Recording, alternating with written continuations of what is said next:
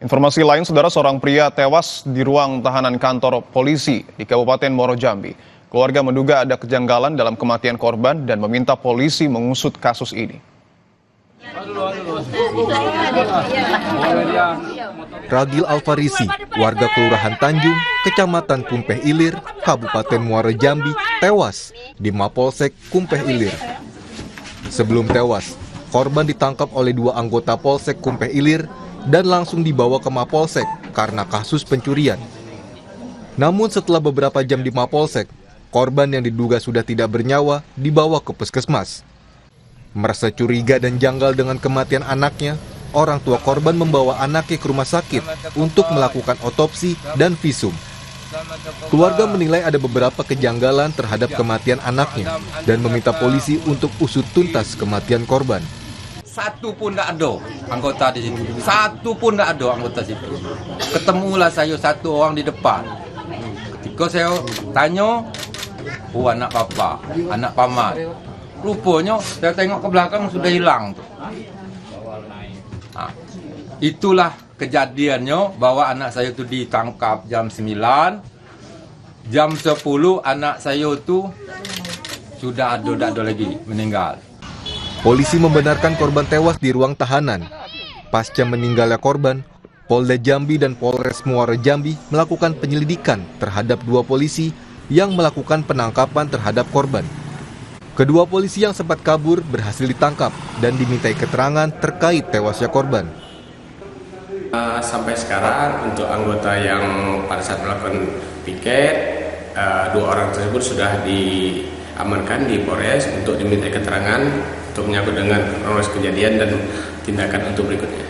Ya, itu menunggu proses dulu apakah memang ada melanggar SOP yang dilakukan pada saat penanganan perkara mengamankan itu nanti.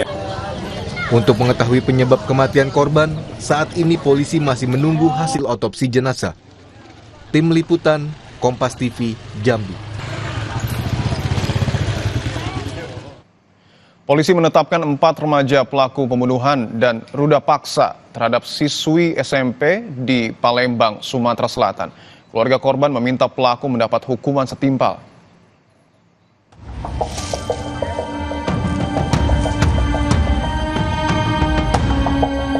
Seorang siswi sekolah menengah pertama ditemukan tewas di TPU Talang Krikil, Palembang, Sumatera Selatan. Jenazah korban yang pertama kali ditemukan oleh warga kemudian dibawa ke Rumah Sakit Bayangkara Palembang untuk diotopsi. Dari hasil otopsi sementara, ditemukan bekas kekerasan di sejumlah bagian tubuh korban. Polisi yang melakukan penyelidikan menangkap 4 remaja yang terbukti merencanakan ruda paksa hingga membunuh korban. Polisi telah melakukan olah TKP di 2 lokasi dan menemukan bukti terkait kejahatan keempat remaja yang telah ditangkap. Sebelum terjadi upaya pencabulan maupun pemerkosaan, telah ada upaya untuk melemahkan korban yang berdampak pada korban meninggal dunia, di mana tersangka melakukan tindakan bekap mulut dan hidung yang pada akhirnya berdampak kepada pecahnya pembuluh darah karena menahan satu kekuatan. Keluarga korban meminta polisi untuk memberikan hukuman yang setimpal untuk para pelaku. Ingin pelaku itu dihukum walaupun mereka di bawah umur. Jangan sampai ada lagi pegator yang lain. Jangan lagi ada yang namanya korban-korban yang lain. Kami pokoknya di bawah umur harus ada hukumannya. Jenazah korban telah dimakamkan di TPU Talang Krikil, Palembang. Tempat jenazah korban ditemukan.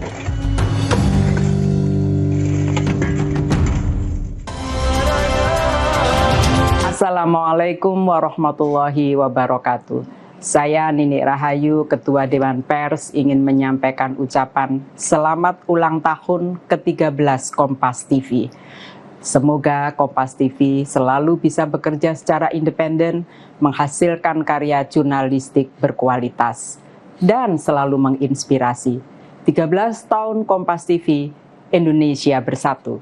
Wassalamualaikum warahmatullahi wabarakatuh.